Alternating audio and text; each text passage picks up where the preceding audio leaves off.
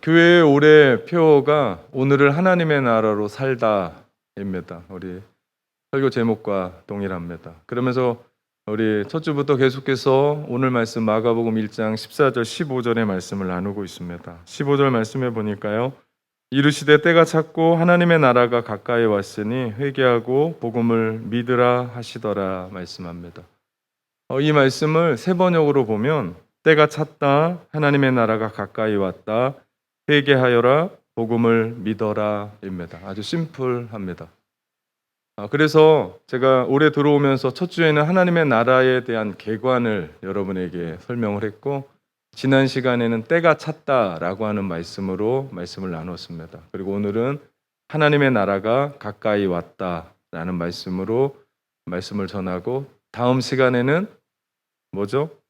네, 회개하라라고 하는 말씀으로 우리 말씀을 나누는데, 다음 주는 우리 청지기 헌신 예배예요. 그래서 다른 목사님이 서시고요. 그 다음 주에 우리 회개하여라라고 하는 이 말씀, 하나님의 나라에서 정말 중요한 말씀을 나누고자 합니다.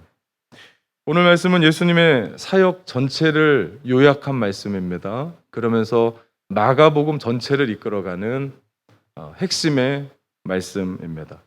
신약과 구약이 강조하는 것이 하나님의 나라입니다. 그리고 예수님이 그리고 바울이 강조했었던 것이 하나님의 나라입니다. 성경이 이야기하는 하나님의 나라는 공간이 아니에요. 요즘 우주를 여행하는 상품권들이 나오고 있는데, 그 우주에 올라가면 한 장소가 하나님의 나라 이런 게 아니고요. 하나님의 나라는 공간의 개념이 아니라 하나님의 나라의 개념은 누가 다스리느냐에 있습니다. 누가 그 나라를 다스리는가. 하나님의 나라 말 그대로 하나님이 다스리심, 주 다스리심, 하나님의 통치하심, 그 나라가 하나님의 나라입니다.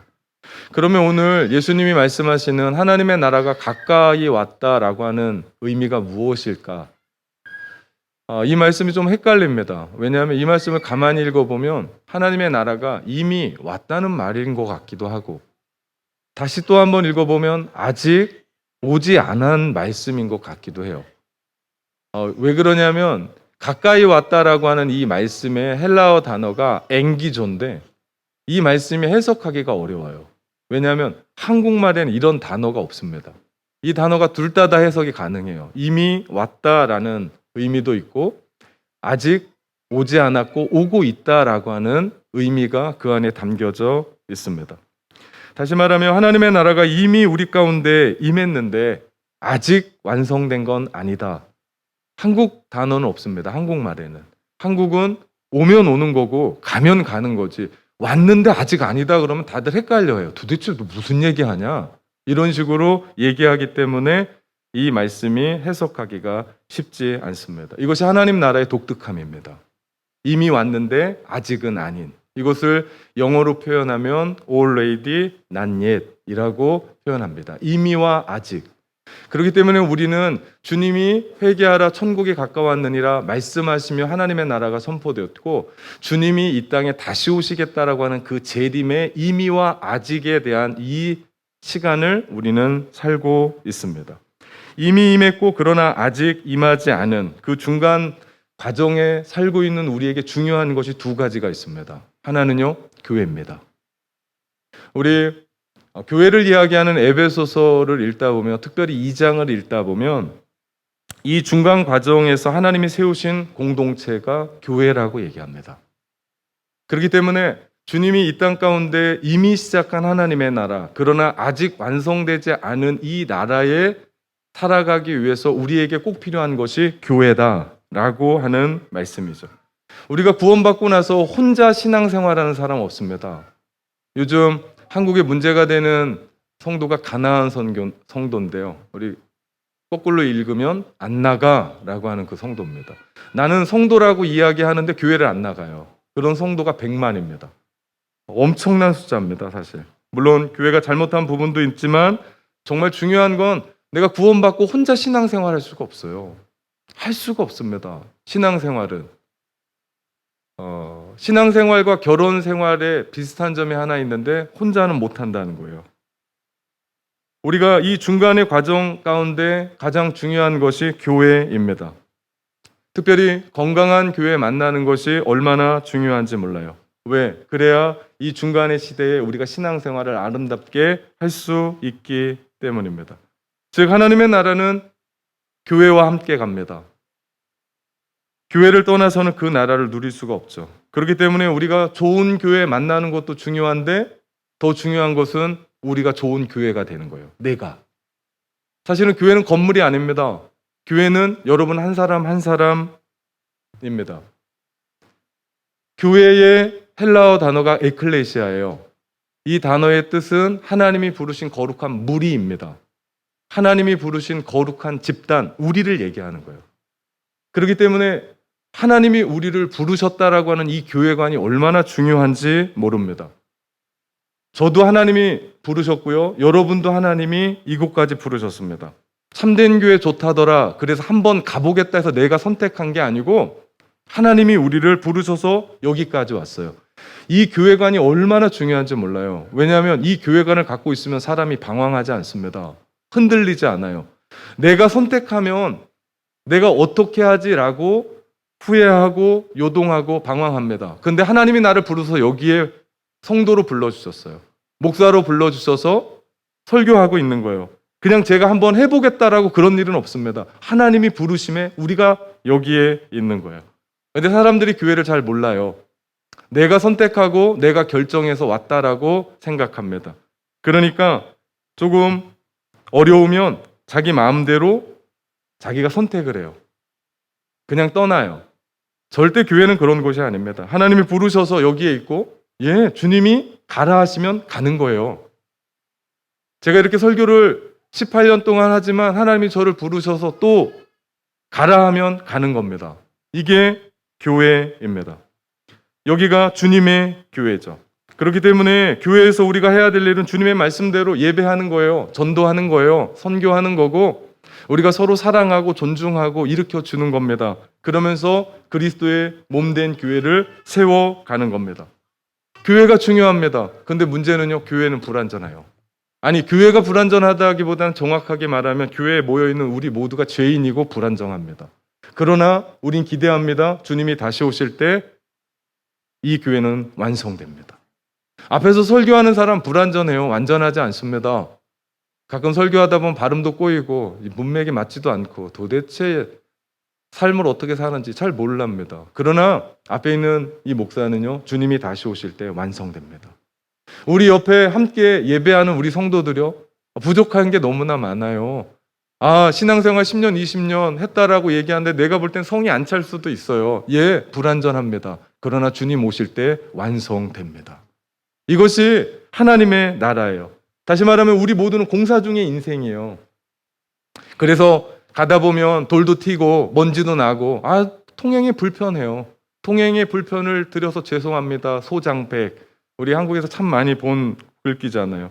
그렇기 때문에 우리가 기다려주는 거예요. 그렇기 때문에 우리가 참아주는 거예요. 그렇기 때문에 우리가 기도해 주는 겁니다. 절대로 내 마음대로 마음에 안 든다고 교회 박차고 일어나거나 방황하지 마십시오. 교회 떠나면 방황합니다. 주님 오실 때까지 아니면 우리 곳곳에서 호흡이 끝날 때까지 우리는 교회 안에 있고 지켜야 될 곳이 교회입니다. 기억하십시오. 하나님의 나라는 교회 없이면 생각할 수도 없고 말을 할 수가 없습니다. 또 하나, 이미와 아직 사이에 살아가는데 우리에게 중요한 또 한 가지는요, 성령님입니다. 성령님. 우리는 그분으로 살아가요. 우리 요엘 선지자가 예언한 말씀이 있습니다. 그것은 이미와 아직 이 사이에 성령을 부어주시겠다는 거예요.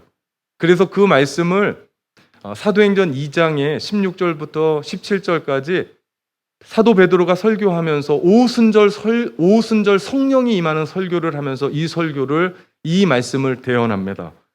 16절 17절 보니까 이는 곧 선지자 요엘을 통하여 말씀하신 것이니 일러스되 하나님이 말씀하시기를 말세에 얘기합니다. 영어 성경으로 보면 마지막 날이에요. 이 마지막 날이 어떤 얘기냐면 유대인들은 이 마지막 날을 예수님이 오시는 날로 기억했습니다. 메시아가 오는 날로 기억했어요. 마지막이에요. 끝이에요. 주님이 오셨어요. 그리고 주님이 다시 오신다라고 하는 그때 이 마지막에 뭐라고 얘기합니까? 내가 내 영을 모든 육체에게 부어주리니. 이것이 바로 성령이십니다. 그러면서 얘기해요. 자녀들은 예언할 것이요, 청년들은 환상을 보고, 아비들은 꿈을 꾸리라, 늙은이들은 꿈을 꾸리라고 얘기합니다.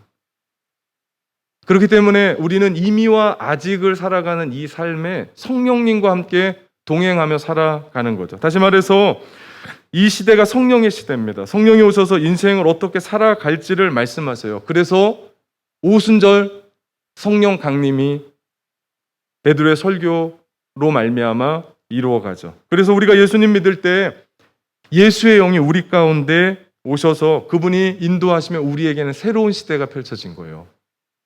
예수의 영, 성령이 우리로 하여금 예수를 주로 고백하게 해요. 그 성령이 우리 가운데 성령의 은사를 주셔서 우리로 하여금 그 은사를 활용하게 합니다. 성령이 우리 가운데 들어오셔서 우리 안에 성품이 변하고 그래서 우리로 하여금 성령의 열매를 맺게 하세요. 지금까지는 내 힘, 내 능력으로 살았는데 이제는 성령의 능력으로 우리 가운데 부어주셔서 나랑은 전혀 상관없고 내가 못했던 그 일들을 해나가고 있는 나 자신을 봐요. 내가 이웃을 사랑하고 있는 거예요. 내가 그렇게 못마땅했던 남편을 더 사랑하고 아내를 이해하고 내가 옆에 있는 사람, 내 사랑하는 친구들을 이해하게 되고 전혀 없었던 일들이 우리 가운데 펼쳐집니다. 성령이 우리 가운데 임했을 때 유해 선지자가 얘기했던 것처럼 자녀들은 환상을 보고 자녀들은 예언을 하고 젊은이들은 환상을 보고 아비들은 꿈을 꾼대요. 여러분, 오늘을 살아가는 젊은이들이 환상을 봅니까? 미래를 향해서 하나님이 내 삶에 펼쳐질 그 일들을 봅니까? 아니던데요. 전부 다 돈 쫓아가고 스펙 쫓아가고 어떻게 하면 잘 살 수 있을까? 어떻게 하면 40에 은퇴해서 지금까지 벌어놓았던 그거 쓰고 살 건가 생각하는 시대가 오늘날의 시대 아니에요? 이 자리에 어른들 계신데 나이 들어서 꿈을 꿉니까? 나이 들으면 꿈이 안 꾸어져요. 꿈이 어디 있습니까? 그런데 성령이 임하니까 내 안에 예수로 살아가겠다는 꿈을 꾸는 거예요. 성령이 내 안에 움직여 가니까 전혀 생각하지 못했던 하나님이 우리 가운데 주시는 그 나라의 이야기들이 우리의 삶에 펼쳐지기 시작하는 거예요. 예전에는 나만 잘 먹고 잘 사는 게 꿈이었습니다. 내 가족만 잘 사는 게 꿈이었습니다. 그런데 성령이 내 안에 임하니까 전혀 다른 시대, 전혀 다른 삶, 전혀 다른 세계가 펼쳐지더라. 이것이 하나님의 나라의 이야기죠. 그렇기 때문에 우리는 이미와 아직 사이에 교회 안에서 성령님 중심으로 살아가야 되는 겁니다. 그렇기 때문에 우리는 오늘 하나님의 나라로 살아가면서 교회 중심으로 성령님 중심으로 우리가 살아가는 겁니다. 이것이 예수님이 말씀하셨던 하나님의 나라가 가까이 왔다라고 하는 뜻입니다. 그 말씀이에요. 예수님이 이 땅에 오시면서 하나님의 나라가 시작됐습니다. 그분이 하나님 나라의 왕이십니다. 그분이 그 나라의 왕이세요. 주인이세요. 그분이 통치하는 곳이 곧 하나님의 나라입니다. 예수님을 왕으로 모시고 살아가는 사람마다, 그리고 예수님을 인정하고 예수님의 통치를 받아들이고 수용하는 곳곳, 그곳이 어느 곳이든, 그곳이 가정입니까? 그곳은 하나님의 나라입니다. 그곳이 학교입니까? 그곳은 하나님의 나라입니다. 그곳이 직장과 사업장입니까? 그러면 그곳은 하나님의 나라입니다. 그곳이 여러분이 카페에서 커피를 마시는 그 자리입니까? 그러면 하나님의 통치를 받고 있는 여러분 때문에 그곳은 하나님의 나라가 되는 줄 믿습니다. 이걸 경험하며 살아야 돼요. 이것이 예수 믿는 삶의 자세입니다. 그럴 때 바울이 이야기했던 로마서 14장 17절에 있는 말씀, 하나님의 나라는 성령 안에서 누리는 의와 평강과 희락이다라고 얘기해요. 하나님의 나라는 이런 나라예요. 왜 그렇습니까? 의의 하나님이 통치하시니까 그 땅이 의가 되는 거예요. 평강의 하나님이 그 땅을 통치하시니까 그 땅이 평강이 되는 거예요. 우리 이스라엘을 지배했었던 로마가 팍스 로마나 무슨 얘기입니까? 로마의 평화를 이야기했습니다. 이 평화는 전쟁으로 짓밟는 평화였습니다. 불복시켜서 힘으로 물리쳐서 전쟁으로 이기고 너희에게 평화를 준다라고 하는 그 평화였습니다. 그 평화가 정말 이스라엘의 평화를 줬습니까? 절대 그렇지 않았습니다. 그리고 결국 로마는 무너졌습니다. 그러나 주님이 다스리는 나라가 진정한 평화인 이유는 주님이 평화이시기 때문에 우리 가운데 평화를 줍니다. 주님이 기쁨이시기 때문에 그 주님이 다스리는 나라가 기쁨의 나라가 되는 거죠. 하나님의 통치가 이미 이 땅에 시작됐습니다. 예수 믿는 우리에게 시작이 됐어요. 그렇기 때문에 예수 믿는 사람의 특징은 교회 다니는 게 아니에요. 이렇게 얘기하면 또 교회도 안 와요. 교회 다니는 게 아니에요. 교회는 교회 다니고 왔다 이 예배 드리는 건 우리에게 기본이에요, 기본. 여러분의 밥 먹고 여러분의 일상을 살아가는 거에 대해서 누가 가르치지 않습니다. 기본입니다. 우리에게 정말 중요한 것은 오늘 하나님의 나라를 우리의 삶 속에 살아내는 겁니다. 그런 사람의 특징이 있습니다. 저는 여러분에게 세 가지를 얘기하려고 합니다. 첫 번째, 그들은요, 기뻐합니다. 하나님의 나라를 살아가는 사람에게는 기쁨이 있습니다. 인생이요, 행복합니다. 웃음꽃이 펴요. 주님 때문이에요, 주님 때문에. 이유는 한 가지입니다. 하나님의 은혜 때문입니다. 하나님의 나라는요, 하나님의 은혜가 가득한 곳이에요. 내가 예수님을 만났습니다. 흘러가는 그 시간, 우리가 때가 찼다라고 할 때 우리가 배웠습니다. 그 크로노스에 흘러가는 그 시간 속에 하나님의 타이밍, 카이로스가 우리를 붙잡았어요. 그래서 예수 믿게 됐습니다. 그래서 내 인생이 뒤집어졌어요. 그래서 내가 이제는 뜻과 의미를 찾고 내가 지금까지 살았던 세상의 삶이 아니라 전혀 다른 주님을 위한 삶. 그렇다고 여러분이 하고 있는 모든 것 내팽겨주고 선교사하고 목사하라는 얘기가 아니에요. 지금 여러분을 부르셨던 그 자리에서 내가 오늘 아침에 일어나면서 회사 가면서 가슴이 뛰어야 돼요. 내가 학교 가면서 가슴이 뛰어야 해요. 그래야 학교에 가서 공부하고 그것을 하나님의 나라로 살아갈 거 아닙니까? 직장과 회사와 우리의 삶에 마찬가지예요. 오늘 내가 눈을 떴는데 또 살았어. 이게 아니고 내 가슴이 뛰어야 돼요. 오늘 이렇게 우리 가운데 주셨던 새로운 새날을 주셨으니 내가 이 날을 통해서 하나님 앞에 어떤 영광을 돌리며 살아갈까? 그러면 그 마음 가운데 기쁘지 않을까요? 그러면 우리 마음 가운데 하나님이 주신 놀라운 은혜들이 있지 않을까요? 예, 주님을 만났고 내 인생이 변했습니다. 예전에는 세상의 가치관만, 세상의 것만, 세상의 스펙만, 사람들이 이야기하는 것만 쫓고 살아갔어요. 근데 이제는 부질이 없어요. 이제는 주님이 뭘 기뻐하시나, 주님이 내 삶에 무엇을 원하시나. 그래서 우리가 2021년 한 해 동안 목적이 이끄는 삶 산 거 아니에요? 하나님이 이 땅 가운데 왜 우리를 심어주셨고, 왜 이 땅 가운데 우리를 불러주셨고, 왜 나로 하여금 그 가정에 보내셨고, 왜 나로 하여금 그 일터에서 그 일들을 맡게 하셨는지 우리가 그것을 발견한 거 아닙니까? 발견했으면 우리는 그런 삶을 살아가는 겁니다. 그럴 때 우리의 삶에 새로운 시대, 새로운 세계, 새로운 삶이 펼쳐지는 줄 믿습니다. 여러분, 교회 오는 게 기쁩니까? 하나님을 예배하고 찬양하고 말씀을 들을 때마다 그렇지, 의미 있는 인생 살아야지, 주를 위해 살아야지, 주님이 뭘 기뻐하실까 고민하며 여러분 살아갑니까? 예전엔 이런 일들이 없었습니다. 그런데 주님 때문에 내 인생이 바뀐 겁니다. 오늘 이 말씀을 들으면서 요즘 청년들이, 요즘은 아니죠, 예전부터 청년들이 저의 어투가 조금 이상한 게 있나 봐요. 그런 걸 이렇게 발음을 하면서 저한테 대답을 해요. 전화를 하면, 예, 목사님 하면서 전화도 받고, 전 여러분에게 얘기하고 싶어요. 오늘 이 이야기하면서 오늘 하나님의 나라로 살다 그 얘기가 여러분의 삶을 살아가면서 저의 목소리 여러분 삶 가운데 들려주면 그건 저의 목소리가 아니라 성령의 목소리고, 그러면 여러분의 삶 속에서 내가 내 인생 내 마음대로 살다가 내 마음대로 결정하는 것이 아니라 내가 하나님의 나라를 살아가지, 내가 하나님 나라에 있지, 그러면서 그 영향력으로 우리의 삶의 결정 하나를 하나님 때문에 한다면 여러분은 하나님의 나라를 살아가는 사람인 줄 믿습니다. 그러면 우리 가운데 기쁨이 찾아와요. 예전엔 내 마음대로 하는 게 기뻤는데요, 이제 기쁘지 않아요. 예전엔 내 뜻대로 돼야 기뻤는데 이제는 그렇지 않아요. 이제는 주님 뜻대로 살아가는 것이 기쁘고, 이제는 주님 뜻대로 한 걸음 한 걸음 가는 것이 왜 그렇게 인생의 의미가 있고 행복이 있고 우리 가운데 주어지는 놀라운 은혜가 우리 가운데 일어나죠. 이것이요, 하나님의 나라를 살아가는 사람들의 모습입니다. 이 모든 것이 하나님의 은혜로 시작됐습니다. 은혜는요, 받을 자격이 없는 자들에게 주시는 하나님의 호의입니다. 하나님의 호의예요. 여러분이 받을 자격이 있습니까? 마스크 쓰고 제가 설교하면서 한 가지 경험하는 게 있습니다. 이 마스크 쓰고 이 찬양을 하고 제가 예전에 그러지 않았는데 집에만 가면 목이 아파요. 왜 그렇지? 그랬더니 마스크 쓰고 찬양하니까 내가 얼만큼의 소리를 지르고 있는지 모르는 거예요.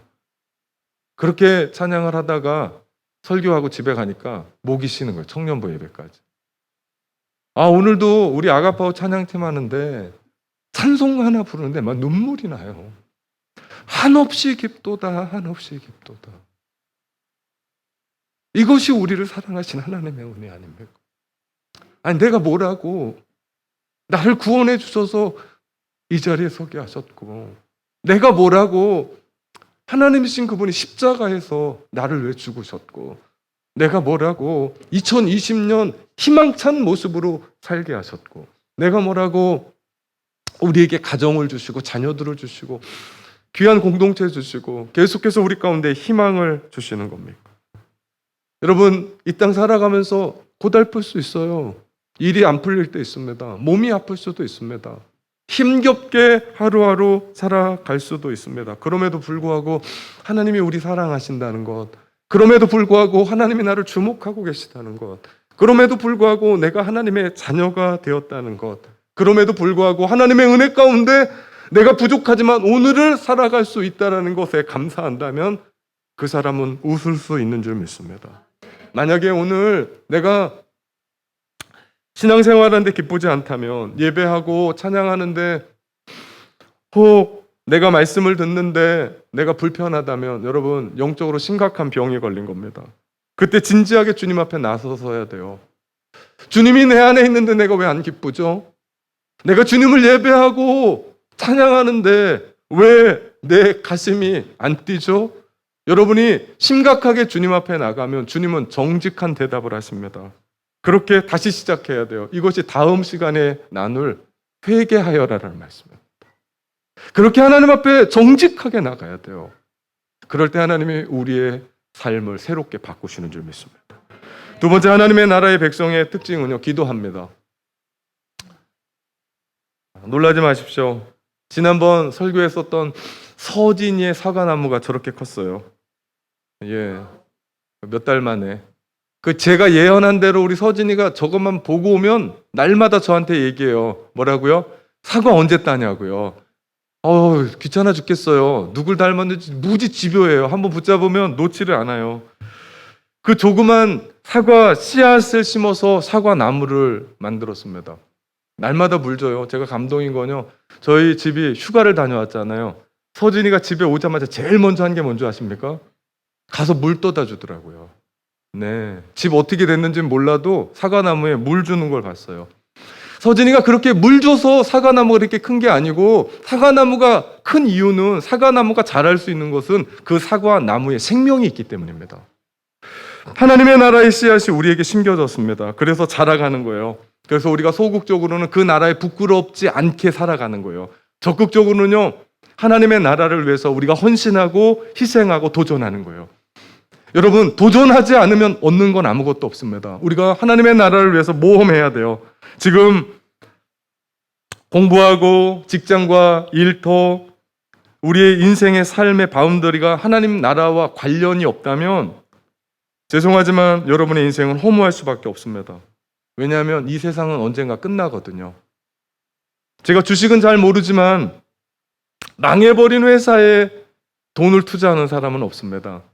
잘 나가거나 혹은 될 만한 회사 혹은 어떤 희망이 있는 곳에 돈을 붓죠. 왜? 이윤이 나와야 되니까.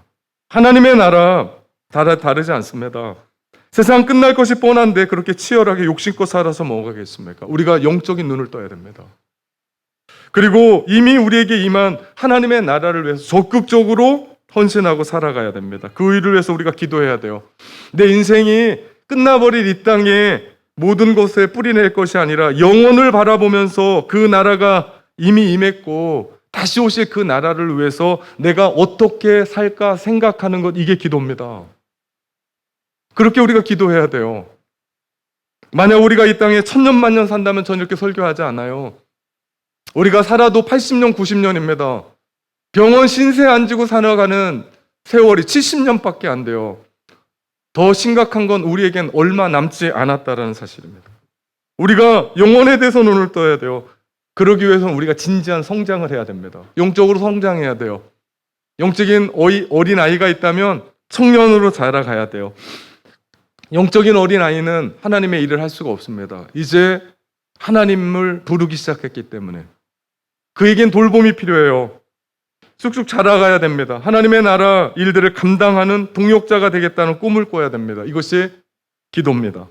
하나님의 나라에서 일꾼이 필요합니다. 휘어져 추수할 것이 많으니 일꾼을 보내달라고 기도하라고는 우리 주님의 음성을 우린 듣습니다.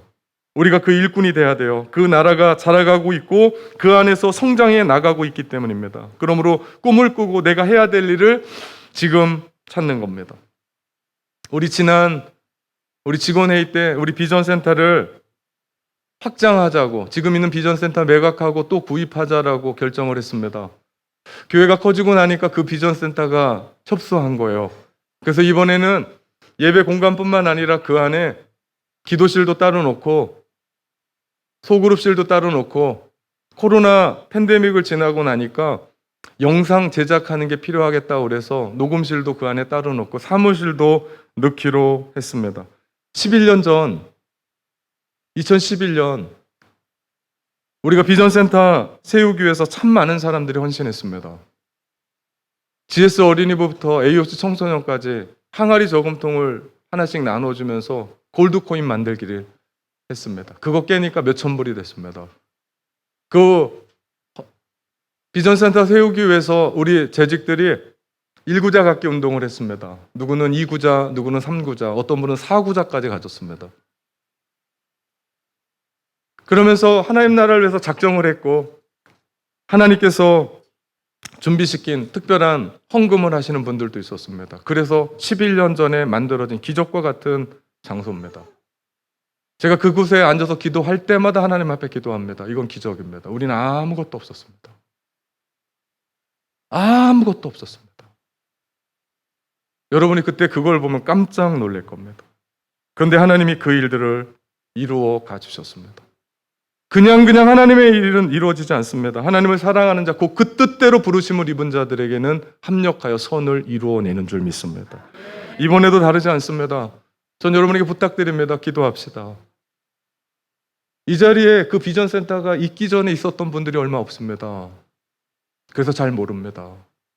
제가 이렇게 얘기해도 그런가 보다 그렇지 잘 와닿지 않습니다. 그러나 그 자리에 있었던 사람들은 다 압니다.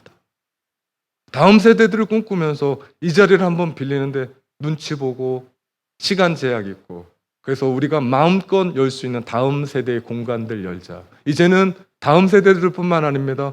어른 세대까지도 필요한 그 공간 기도해야 됩니다. 하나님의 나라의 일은 기도하면서 시작하고 기도로 마무리합니다. 기도할 때 하나님의 때를 여시고, 기도할 때 내가 무엇을 해야 할지도 보이게 되며, 기도할 때 하나님은 우리를 성장시키고 성숙하게 하며 열매를 맺게 하시는 줄 믿습니다. 마지막입니다. 하나님 나라의 백성의 특징은 기대합니다. 요즘 여러분 무엇을 기대하고 삽니까? 이제 막 시작한 2020년, 22년 여러분은 무엇을 기대합니까? 지난주 우리 청년 모임 때 우리 청년들과 함께 이런 얘기 나눴습니다. 2022년 무엇을 기대하냐? 제가 눈물이 났습니다. 한결같은 대답은 더 나은 미래의 진로였습니다. 더 나은 미래의 진로. 청년 때 꿈꾸는 겁니다. 지금 그들이 직장이 없는 게 아니에요. 그들이 더 많은 돈을 벌겠다는 게 아닙니다. 그 땅을 살아가면서 그들이 고뇌하고 아파하고 힘겨워하는 청년의 그 마음을 제가 느꼈기 때문입니다. 이런 진지함 다르지 않습니다. 우리가 지금 이미 임한 하나님의 나라를 살아간다면 우리 또한 아직 오지 않은, 앞으로 완성될 그 하나님의 나라를 기대하며 우리가 살아요. 그러면 진지한 고민이 있어야 돼요. 지금 내가 이렇게 살아가는 것이 하나님 나라의 삶이 맞나? 질문해야 돼요. 직장이 없는 게 아니에요. 돈 못 버는 게 아니에요. 그럼에도 불구하고 내 삶에 하나님의 나라가 꿈꾸는데 그 나라를 위해서 내가 살아가는 것이 맞나? 주님 다시 오실 때 완성시킬 이 땅을 바라보면서, 그 나라를 바라보면서 난 어떻게 살아가야지, 진지한 질문을 청년들처럼 던져야 돼요. 앞으로 남은 인생 내가 어떻게 살아가야 되나 청년들처럼 질문해야 돼요. 그것이 청년을 살아가는 진짜 청년이고요, 하나님의 나라를 살아가는 하나님의 백성의 모습입니다. 그러면요, 힘들어도 견뎌요. 어려워도 그 일들 이루어갑니다. 왜냐하면 기대하기 때문이에요. 희망찬 미래를 주님으로 기대하기 때문에 그것은 분명히 반드시 옵니다. 삶이 왜 지치냐면요, 끝이 보이지 않기 때문에. 이거 계속해야 돼? 그러면 힘겨워요. 할 수가 없습니다. 그러나 우리에겐 끝이 있습니다. 주님 반드시 꼭 다시 오십니다. 우리가 그 기대를 가지고 오늘의 삶을 살아가는 겁니다. 이것이 오늘을 하나님의 나라로 사는 삶입니다. 그러니 인생 살면서 결핍 만나요. 아픔을 만나요. 고난을 만나요. 고통을 당합니다. 그러나 그 모든 것이 우리에게 유익이라고요. 왜냐하면 여러분, 손대는 대로 다 되고 만사형통이고 여러분은 원하는 대로 다 되면 하나님의 나라 기대하시겠습니까? 그 나라 기대하면 살겠어요? 아무도 그렇게 안 살아요. 왜? 다 되는데 무슨 그런 나라를 기대해요? 근데 우리 안에 결핍이 있어요. 우리 안에 고난이 있어요. 그렇기 때문에 그 고난과 결핍은 우리로 하여금 하나님의 나라를 계속해서 꿈꾸게 하는 자양분이 된다. 이것이 하나님의 나라입니다. 기억하십시오. 하나님의 나라의 백성은 기뻐합니다. 하나님이 우리를 그 하나님의 나라로 불러주셨고 그 하나님의 나라의 씨앗이 심겨져 있기 때문입니다. 그 하나님의 나라의 백성은 기도합니다. 하나님의 나라에서 내가 어떻게 쓰임 받을 수 있을지를 기도합니다. 하나님의 나라의 백성은 기대해요. 주님이 다시 오실, 그래서 이 불완전한 시대가 아니라 완전한 그 나라를 이루실 그 주님을 기대하며 삽니다. 하나님의 나라가 이미 임했습니다. 주님 말씀하십니다. 하나님의 나라가 가까이 왔느니라.